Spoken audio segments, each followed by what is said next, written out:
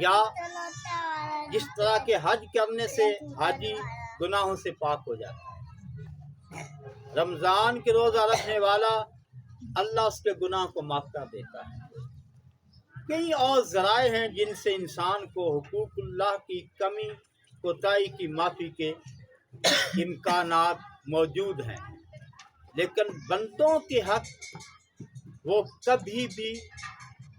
نہ وہ حج سے اور نہ ہی دیگر کسی اور معاملے سے معافی ہے، نہ قیامت کو معافی ہے، جب تک کہ وہ بندہ خود معاف نہیں کرتا ہے یا اس سے معافی لے نہیں جاتا۔ پھر بندوں کے حقوق میں سب سے زیادہ اللہ نے حق رکھا ہے وبالوالدین احسانا، ماں باپ کا اتنا حق رکھا ہے، انسان اپنی ساری زندگی اپنے والدین کی اطاعت و فرما برداری میں گزار دے، تب بھی ماں کے رات کے کسی ایک حصے کا بھی حق ادا نہیں ہوتا۔ یہ اسلام کا فیضان ہے، نبی رحمت علیہ السلام کا احسان ہے، جس نے امت کو یہ تمام تر اعزازات سے نوازا ہے۔ جبکہ جاہلیت کے دور میں کسی کے ہاں کوئی قدر، کوئی عزت، کوئی مقام نہ تھا، عورت ہر حوالے سے بیٹی ہے تو زندہ درگور ہوتی۔ قرآن نے کیسا خوبصورت انداز میں پوچھا ہے، وَإِذَا الْمَوْءُودَةُ سُئِلَتْ بِأَيِّ ذَنبٍ قُتِلَتْ، زندہ دفن کی جانے والی بیٹی کل قیامت کو اللہ کی بارگاہ میں پوچھے گی مجھے کیوں مارا گیا تھا۔ بہن، اور حدیث پاک نے بڑا خوبصورت بتایا ہے، فرمایا کہ اللہ تعالیٰ جس پہ راضی ہوتا ہے نا، یہ موسیٰ کلیم اللہ علیہ السلام نے رب سے پوچھا تھا، یا اللہ تو جس پہ راضی ہوتا ہے کیا پتہ چلے گا تو راضی ہو گیا ہے، ہمیں کیسے پتہ چلے گا تو راضی ہو گیا۔ اللہ کریم نے فرمایا ایک نشانی میرے راضی ہونے کی ہے کہ میں اس کو بیٹیاں دیتا ہوں، میں اس کو یہ اللہ کی رحمت ہے، بیٹیاں یہ ہر ایک کو نصیبے میں نہیں آتی ہیں، یہ اللہ کی رحمت ہے۔ جس کو ایک آر سمجھا جاتا تھا، جو اپنے چہرے پہ دھبا سمجھا جاتا تھا، جس کو زندہ دفن کر دیا جاتا تھا، اسلام نے آ کر وہ عزت بخشی ہے، فرمایا کہ یہ تمہارے لیے اللہ کی رحمت ہے۔ اور خود آقا دو عالم علیہ السلام نے جس انداز میں اپنی شہزادیوں کے ساتھ کرم نوازی فرما کر اپنا اسوہ کامل دیا ہے، 7 آسمانوں سے ماورا جنت نبی رحمت علیہ السلام نے اپنے اس اللہ کے دیے ہوئے اختیار سے، اس محبوبیت کے فیض سے سرکار نے کھینچ کر ماں کے قدموں کے نیچے رکھ دی۔ الجنت و تحت اقدام الامہات، چاہے وہ جتنا بڑا عالم ہو، فاضل ہو، پیر ہو، غوث ہو، قطب ہو، ابدال ہو، کسی بھی مرتبے کا، کسی بھی مقام کا ہو، اس کی جنت اس کے ماں کے قدموں کے نیچے ہے۔ رہا باپ کا مسئلہ، نبی کریم علیہ السلام نے فرمایا باپ کی رضا میں اللہ کی رضا ہے، باپ کی ناراضگی میں اللہ کی ناراضگی ہے۔ جس پہ باپ راضی ہو اللہ اس پہ راضی ہوتا ہے، جس پہ باپ ناراض ہو اللہ اس پہ ناراض ہو جاتا ہے۔ اور فرمایا 70 یا 100 مختلف مقامات سے ملتا ہے، اگر 70 ولی کامل یا 100 اللہ کے کامل ولی کسی کے لیے دعا کریں، ماں ناراض ہو کہے کہ یا اللہ اس کو نہیں معاف کرنا ہے، اللہ ماں کی مانے گا، ان 100 ولیوں کی چھوڑ دے گا۔ اس لیے قرآن نے کہا وَقَضَىٰ رَبُّكَ أَلَّا تَعْبُدُوا إِلَّا إِيَّاهُ وَبِالْوَالِدَيْنِ إِحْسَانًا، خاص طور پر فرمایا اما یبلغن عندکل کبر احدہما کلاہما، جب دونوں میں سے کوئی ایک اپنے بڑھاپے کی عمر میں پہنچ جائے، جب وہ خدمت کے محتاج ہیں، فلا تقل لہما اف، ان کے آگے اونچا بولنا بھی نہیں، اف، ان کے آگے اونچا بولنا بھی نہیں ہے۔ ہمارے بزرگوں نے فرمایا اس کا ترجمہ یہ بنتا ہے شیر خدا رضی اللہ تعالیٰ عنہ کے حوالہ سے کہ جس طرح کے ایک وفادار نوکر غلام ہاتھ باندھے اپنے مالک کے آگے ہوتا ہے، ماں باپ کے سامنے یوں ادب کے ساتھ، ولا تقل لہما اف ولا تنہرہما، پھر آگے وضاحت بھی کر دی، ان کو جھڑکنا نہیں، سخت کلامی نہیں کرنی، اونچا نہیں بولنا ہے، ولا تنہرہما، پھر اور آگے وضاحت کی، وقل لہما قولا کریما، جب ان سے بات کرو نرمی سے کرو، محبت سے کرو، ادب سے کرو، وہ تمہاری جنت ہے۔ وقل لہما قولا کریما واخفض لہما جناح الذل من الرحمہ، کیا انداز ہے مالک کائنات کا سمجھانے، اپنی مخلوق کو بتانے کے لیے، واخفض لہما جناح الذل من الرحمہ، رحمت کے ساتھ، شفقت کے ساتھ اپنے بازوؤں کو ان کے لیے پھیلا دو، جیسے ماں اپنے بچے کے لیے اپنے بازو پھیلا دیتی ہے، اپنی رحمت، پیار، شفقت کی گود میں لے لیتی ہے۔ جب تمہارے ماں باپ بوڑھے ہو جائیں، خدمت کے محتاج ہوں، تو اپنی رحمت کے بازو پھیلا دو، واخفض لہما جناح الذل من الرحمہ وقل رب ارحمہما، جب وہ دنیا سے چلے جائیں وقل رب ارحمہما کما ربیانی صغیرا، پھر اللہ کی بارگاہ میں یہ درخواست کیا کرو، دعا کیا کرو، یا اللہ جس طرح انہوں نے بچپن میں مجھ پر رحم کیا تھا، تو آج ان پہ مہربانی فرما، ان پہ رحم فرما دے، ان کے لیے دعا کیا کر، رب ارحمہما کما ربیانی صغیرا، جب میں چھوٹا تھا۔ بڑا خوبصورت مولانا روم رحمۃ اللہ کے بارے میں ایک تربیت کا انداز ہے، فرماتے ہیں کہ ایسا ہوا، بچہ چھوٹا تھا، آپ بھی دیکھتے ہیں، میں بھی دیکھتا ہوں، کبھی باپ نے کندھے پہ اٹھایا ہوا ہے، کبھی اپنے کلاووں میں لیا ہوا ہے، بچہ ضد کرتا ہے میں نے یہ چیز لینی ہے، باپ اس کی ضد کو پورا کرنے کے لیے اپنا سب کچھ لگا دیتا ہے۔ یقین ماں ہے، اس کی ممتا، یا باپ ہے، جب مجھے پتا ہے مجھ جیسے غریب لوگ، آپ جیسے مزدور لوگ، محنت کرنے والے، لیکن اولاد کے معاملے میں رویہ کیا ہوتا ہے، جب دکان پہ جاتے ہیں اچھے سے اچھا اپنی اوقات سے بڑھ کر اولاد کے لیے ان سے ساتھ لگا کر، یہ میرے بچے کو اچھا لگے گا، میرا بچہ خوبصورت لگے گا، نازوں سے کیسے پالتا ہے وہ۔ ماتے ہیں کہ باپ، بیٹا چھوٹا تھا، ایک مرتبہ بیٹے نے پوچھا، بچہ تھا نا، نادان تھا، بھی ناسمجھ تھا، ابا یہ کیا ہے سامنے؟ کہتے ہیں کوا بیٹھا دیوار پہ، پوچھا ابا کیا ہے؟ اب باپ نے منہ چوم کر پیاس سے کہا بیٹا کوا ہے۔ اس نے پھر پوچھا، پھر منہ چوم کر پھر کہا بیٹا کوا ہے۔ 70 مرتبہ، ایک جگہ میں نے 100 بھی پڑھا ہے، 100 مرتبہ بیٹے نے پوچھا ابا کیا ہے؟ باپ ہر مرتبہ شفقت و محبت سے منہ چوم کر بتاتا ہے بیٹا یہ کوا ہے، یہ باپ ہے۔ باپ بوڑھا ہو گیا، ایک دن بچہ جوان ہو گیا، اب وہی جگہ ہے، وہی مقام ہے، اتفاق ہے کہ پھر آ کر کوا دیوار پہ بیٹھ گیا۔ بوڑھا باپ بیٹے سے کہتے بیٹا وہ کیا ہے سامنے؟ ابا کہاں ہے؟ کوا ہے۔ بیٹا کیا کہا؟ کوا ہے ابا،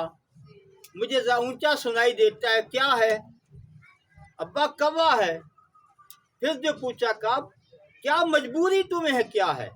بار بار پوچھنے کی، ایک دفعہ بتا دیا، دو دفعہ بتا دیے کوا ہے۔ اب باپ کی آنکھیں چھم چھم برسنے لگی۔ کہا بیٹا جب تو چھوٹا تھا تو نے مجھ سے 100 مرتبہ پوچھا تھا، میں نے ہر مرتبہ منہ چوم کر تمہیں پیار سے بتایا تھا کہ کوا ہے۔ آج جب میں نے 2 سے 3 مرتبہ پوچھا ہے تجھ میں تلخی آ گئی۔ قرآن نے کہا نہ، فلا تقل لہما اف ولا تنہرہما، نرمی سے، پیار سے، محبت سے جب دنیا سے چلے جائیں ان کے لیے قرآن نے کہا تم نے دعا کرنی، رب ارحمہما کما ربیانی صغیرا۔ اور رہا یہ معاملہ، میں بڑی تحقیق کے بعد یہ جملے عرض کرتا ہوں کہ والدین کا رشتہ اولاد سے ٹوٹ نہیں جاتا کہ وہ قبر میں چلے گئے تو رشتہ ٹوٹ گیا ہے۔ میں اس لیے سورہ فجر 30 پارے کی آیت پاک جو پڑھی ہے نا، مجھے بڑی ٹس آئی ہے بار بار پڑھنے میں۔ یا ایتھا النفس المطمئنہ ارجعی، اے اطمینان والی جان واپس آ جا، ارجعی پلٹ کر میرے پاس آ جا۔ رب نے مرنے کا ذکر نہیں کیا تو مر جا، نہیں، ارجعی واپس پلٹ آ، الی ربے کے اپنے رب کے پاس، ارجعی الی ربے کے اپنے رب کے پاس پلٹ کر آ جا، راضیۃ مرضیہ، پریشان نہ ہونا، غم زدہ نہ ہونا، تیرا رب تجھ پہ راضی، تو اپنے رب پہ راضی، راضیۃ مرضیہ۔ یہاں میرے بڑے دوست ہیں، میری سنگت ہے، میرے یار ہیں، رشتہ دار ہیں، بڑے تعلق دار ہیں میرے، نہ فادخلی فی عبادی، تمہیں کسی ویران خانے میں نہیں بلا رہے ہیں، تمہیں وہ پاکیزہ جماعت میں بلا رہے ہیں جن کا ساتھ بڑے وفا والے لوگ ہیں۔ فی عبادی وادخلی جنتی، اور تمہیں اپنی جنت کی طرف بلا رہے ہیں۔ اس لیے ماں باپ کا رشتہ ٹوٹ نہیں جاتا ہے۔ میں حدیث پاک کے روشنی میں عرض کر رہا ہوں، جو اولاد یہ چاہتی ہے نا کہ میرے ماں باپ قبر میں ان کو سکون ہو، قبر میں ان کو سکون ہو، تو پھر اولاد جب نیک کام کرے گی، اچھے کام کرے گی، یہ یہاں ہوگی ان کی روح وہاں جو ہے وہ اطمینان میں ہوگی، خوش ہوگی۔ اگر دنیا میں اولاد اچھے کام نہیں کرتی ہے، اس کے والدین قبر میں بھی پریشان ہوتے ہیں، قبر میں بھی پریشان ہوتے ہیں۔ ان کی روح کو خوش کرنا ہے تو پھر رب کے فرمان میں ربنا وتقبل دعا ربنا اغفر لی ولوالدی وللمؤمنین یوم یقوم الحساب، جب تو نماز میں کھڑا ہوتا ہے، قیام، رکوع، سجدے، تشہد کے بعد جب نماز کو اختتام پہ لاتا ہے، ختم کرنے پہ، جب تو اللہ کی بارگاہ میں کہتا ہے ربنا وتقبل دعا، یا اللہ میری دعائیں قبول کر، ربنا اغفر لی مجھے بھی بخش دے،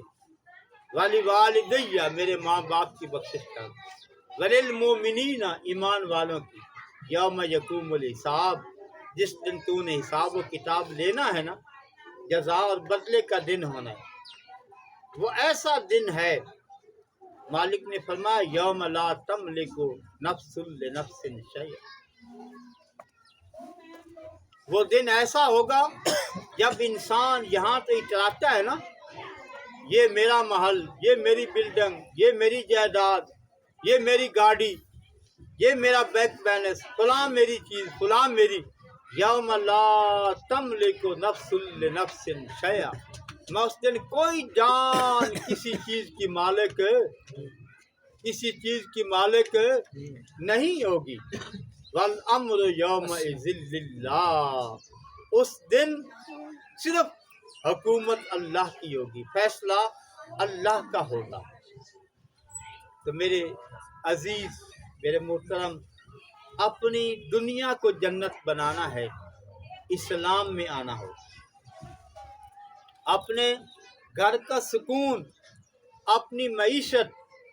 اپنا روزگار اگر بہتر چاہتے ہیں نا، میں قرآن کی آیت مقدسہ سے عرض کر رہا ہوں،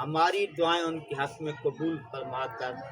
ان کی اولاد کو ان کے لیے صدقہ جاریہ بنا،